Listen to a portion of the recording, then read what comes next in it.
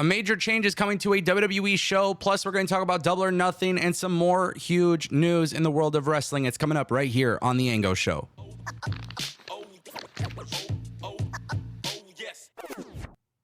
Ladies and gentlemen, hopefully you guys are all doing well. I want to kick things off with Tony Khan and more specifically Double or Nothing, because Tony Khan says that they have a lot of cool things planned for AEW Double or Nothing. And I kind of want to just sit back for a second and talk about Double or Nothing. AEW is in a very interesting period. Obviously, a lot of times when I talk about AEW, for some reason, wrestling fans seem to be annoyed if I offer a criticism to AEW. Now, this isn't new to me. I've been covering AEW long before AEW even appeared on television or on pay-per-view. There was a very long period of time where I truly believed that AEW was the number one promotion in the world. Obviously, that feeling doesn't remain the same. No, I'm not being paid by Triple H or the WWE. I don't know why people have that outrageous idea, but what I do think is important to talk about is Double or Nothing, because I feel like this could be a good time for AEW to truly get back on track. But it really comes down to identifying what I truly believe is the problem with AEW. Tony Khan and AEW do cool shit all the time. Every week, there is something cool that happens on AEW television. The problem is, and I've been saying this for years, continuity on a week-to-week basis, from Dynamite to Dynamite to Dynamite to Dynamite to pay-per-view. Each week, there is a lack of continuity.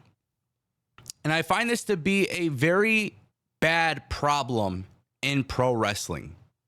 I'm not saying the WWE way is better or worse, but what I am saying is that when you are reliant on signings, debuts, shock factor moments, such as revealing the CM Punk footage or anything like that of that magnitude, I think the problem is you're relying too much on moments instead of telling people a story that has continuity every single week.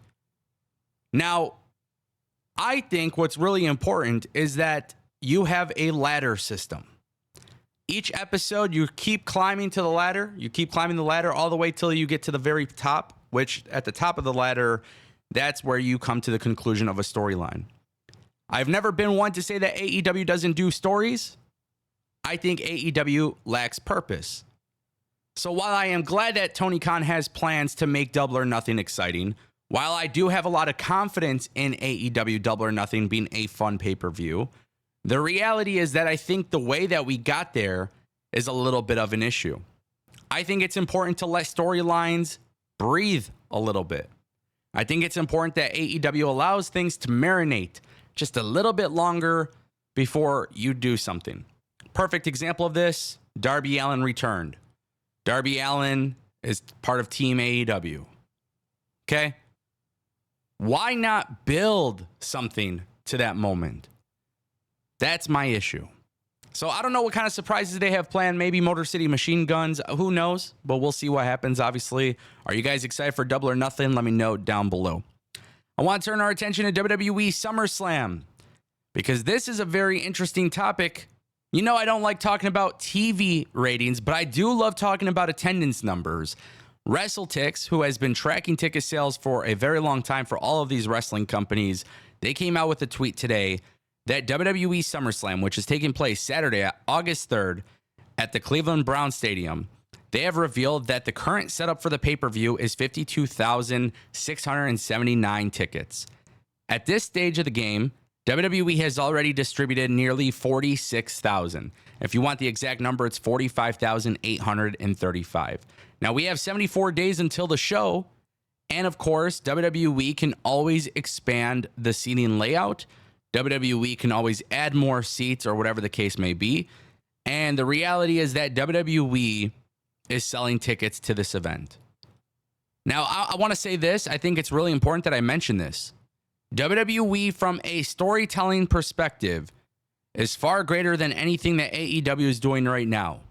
But I would be lying to you if I told you guys that we weren't hitting a cold point in pro wrestling. There is no storyline in WWE that is of the same magnitude of Cody versus Roman. And the reason for this is because WWE does long-term storylines. And all of these storylines are pretty much at this point where they're just starting to increase. But we haven't hit that point that really takes charge with excitement. So I don't know how ticket sales will look 6 months from now. But right now, I do believe people are a fan of what WWE is putting out, and that is why they're buying tickets. I think it's also really important that we acknowledge the fact that Cody Rhodes is continuing to be a top draw for the company despite winning the WWE Championship. Now, I don't know if I would necessarily say that Logan Paul and Cody Rhodes is this massive feud filled with excitement, but on a week-to-week basis, they're telling that story and keeping the purpose of it alive and in your face. So I do appreciate that. With that being said, I'm excited for SummerSlam, just as I'm excited for Double or Nothing. I feel like both pay-per-views will be great, and hopefully they are.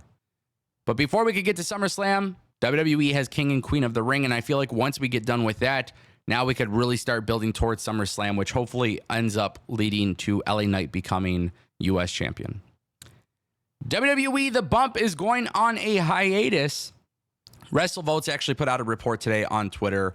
I'm told that the following episode today of the WWE The Bump, I can't read. I am told that following today's episode of WWE The Bump, the show will be going on a 5-week hiatus as it prepares to transition to the new WWE headquarters beginning on July 3rd. Now, this is a major change to the show because WWE is reportedly moving it to a new production era. Wow, I am really struggling. I am botching my words today. They are moving it to a new production area. WWE's new headquarters has a state-of-the-art production facility inside. And obviously, WWE is going to be making some major changes to the show. Obviously, higher quality, better produced, different layout, stuff like that. A 5-week hiatus is kind of long. Now, I don't know if you guys watched The Bump. I do. I actually enjoy watching The Bump on Wednesdays. To me, The Bump is a fun show to watch. I love when characters kind of break out of the character a little bit. I also like when some of them are still in character a little bit. The Bump, to me, is a fun show. It makes sense. I wish every wrestling company did something along the lines of The Bump. For WWE to go on a 5-week hiatus is quite long. So I really want to see the improvements of what they do. Maybe some new faces as well. I'm not sure. But WWE making a change to The Bump makes a lot of sense. And quite honestly, guys, if you're a fan of WWE The Bump, I would say more than likely you should be excited as well for what could happen here. Because WWE is truly investing in all of this content and all of this stuff that's happening outside of the wrestling ring. And sometimes they use it to propel stories forward.